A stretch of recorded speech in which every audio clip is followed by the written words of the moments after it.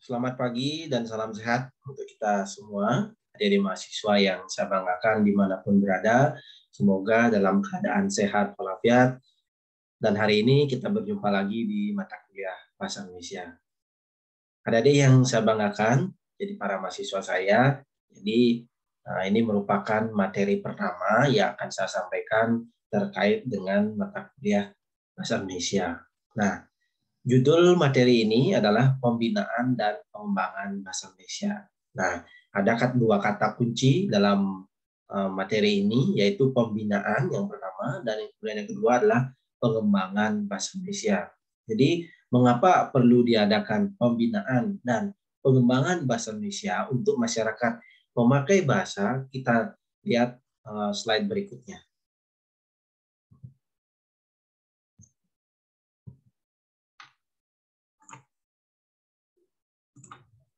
Nah, adik-adik semuanya, jadi ini merupakan sumber referensi yang saya pakai dalam menulis materi ini. Jadi sumber referensinya ada di buku Konsep dan Aplikasi Bahasa Indonesia untuk Perguruan Tinggi.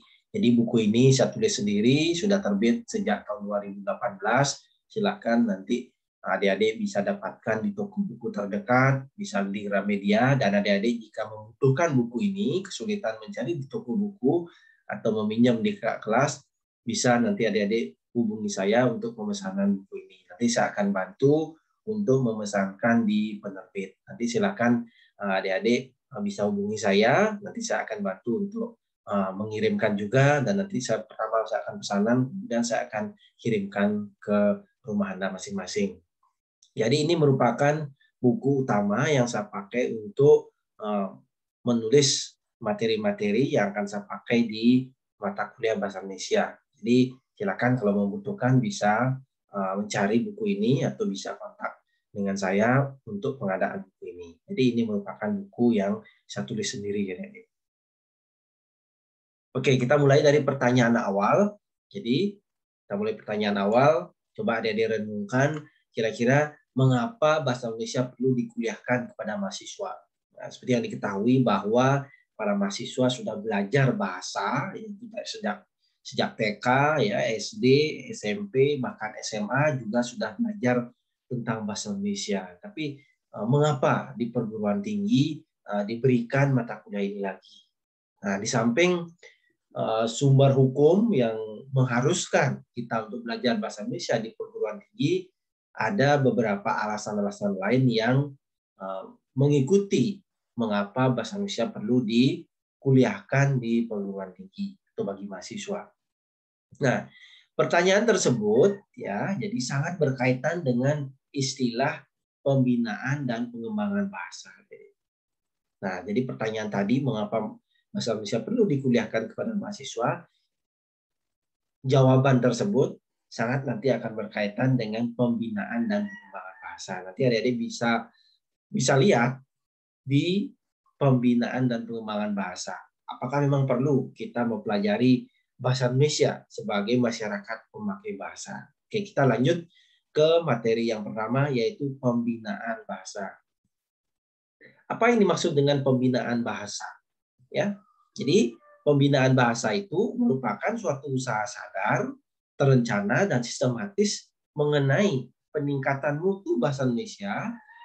Jadi sedemikian rupa sehingga masyarakat pemakai bahasa, ya, masyarakat pemakai bahasanya memiliki kegairahan, kebertanggungjawaban, kesetiaan, dan kebertanggungjawaban untuk menggunakannya. Jadi masyarakat pemakai bahasa secara bergairah, bangga, setia, dan bertanggung jawab menggunakan bahasa Indonesia. Itu yang diharapkan di pembinaan bahasa. Ya, jadi ini merupakan pengertian dari pembinaan bahasa. Nah, siapa sasaran dari pembinaan bahasa?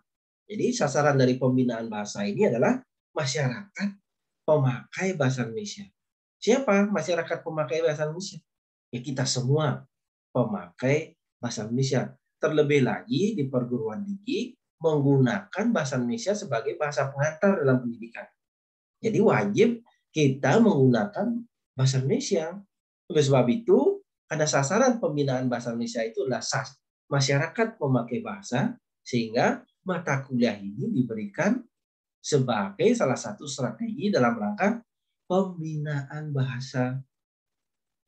Agar apa? Agar pemakai bahasa memiliki kegairahan menggunakan bahasa Indonesia, kebanggaan menggunakan bahasa Indonesia, setia menggunakan bahasa Indonesia, dan bertanggung jawab. Masyarakat pengguna bahasa Indonesia dewasa ini, ya, jadi itulah yang menjadi sasaran dari pembinaan bahasa. Kemudian apa yang melatar belakangi diadakannya pembinaan bahasa? Selain mata kuliah ini diberikan karena dasar hukum, ada yang melatar belakangi ya. Jadi kenyataan membuktikan bahwa kegairahan masyarakat memakai bahasa sangat memprihatinkan. Jadi kebanggaan kita terhadap bahasa Indonesia mulai menurun. Kemudian kesetiaan kita terhadap bahasa Indonesia. Ya, jadi banyak para orang tua di rumah yang sekarang sudah mulai mengenalkan dari anaknya baru bisa mengucapkan bunyi-bunyi bahasa sudah langsung ke bahasa asing, ya tidak ke bahasa Indonesia. Sedangkan bahasa kita adalah bahasa Indonesia. Dan kebertanggungjawaban masyarakat pengguna bahasa juga sangat memprihatinkan. Kebertanggungjawaban yang dimaksud adalah bertanggung jawab menggunakan bahasa Indonesia sesuai dengan rambu-rambu penggunaan bahasa Indonesia. Sesuai dengan ejaan, sesuai dengan kaidah sintaksis, ya, sesuai dengan bagaimana caranya membuat paragraf yang benar. Itulah yang melatar belakang. Ya, apakah kita tidak boleh mempelajari bahasa asing? Boleh. Ya, tapi yang paling utama yang harus kita pelajari adalah bahasa Indonesia. Kemudian kita harus melestarikan bahasa daerah. Kemudian kita menguasai juga bahasa asing. Jadi 3 pokok ini yang mesti kita lakukan. Tetap yang paling utama adalah utamakan bahasa Indonesia, lestarikan bahasa daerah, dan kuasai juga bahasa asing. Ya, jadi itu yang melatar belakangi. Samping itu bertanggung jawab. Jadi kebertanggungjawaban masyarakat pemakai bahasa ini dewasa ini berkurang. Dia bisa renungkan pada diri Anda. Jadi ketika membuat makalah, sudahkah saya bertanggung jawab menggunakan bahasa Indonesia yang benar sesuai dengan kata baku, ejaan, dan sebagainya. Nah, itu yang membuktikan. Oke.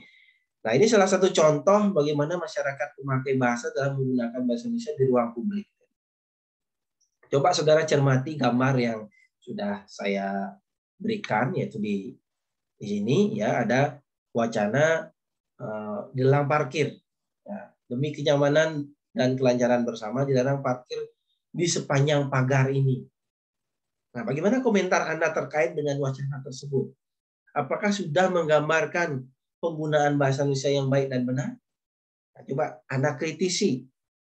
Yang paling saya garis bawahi adalah dilarang parkir di sepanjang pagar ini. Nah, di sepanjang pagar ini. Apakah kalimat tersebut atau pernyataan tersebut sudah logis, Adik-adik? Masuk logika? Coba dibayangkan. Dilarang parkir di sepanjang pagar ini. Apakah logis kita parkir di sepanjang pagar? Apakah tempat parkir itu ada di pagar, Adik-adik?